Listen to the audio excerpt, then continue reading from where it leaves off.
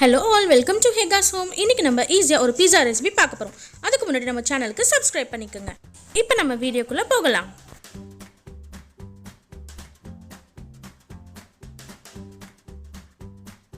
ஒரு slice bread எடுத்துக்கோங்க. அது ஒரு கிளாஸ் வச்சு நல்லா ரவுண்ட் ஷேப்ல கட் பண்ணிக்கோங்க.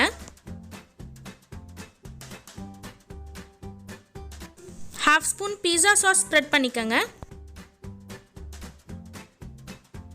உங்கள் ஃபேவரட்டான டாப்பிங்ஸ் ஆட் பண்ணிக்கோங்க. மொசரல்லா சீஸ் ஆட் பண்ணிக்கோங்க. கொஞ்சமாக சில்லி ஃப்ளேக்ஸும் ஆரிகானோவும் ஸ்ப்ரிங்கிள் பண்ணிக்கோங்க.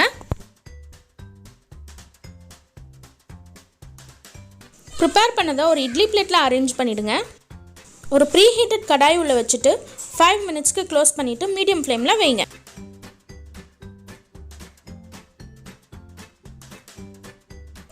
சீஸ் மெல்ட் ஆகிடுச்சு. ஓப்பன் பண்ணி ரிமூவ் பண்ணிடலாம்.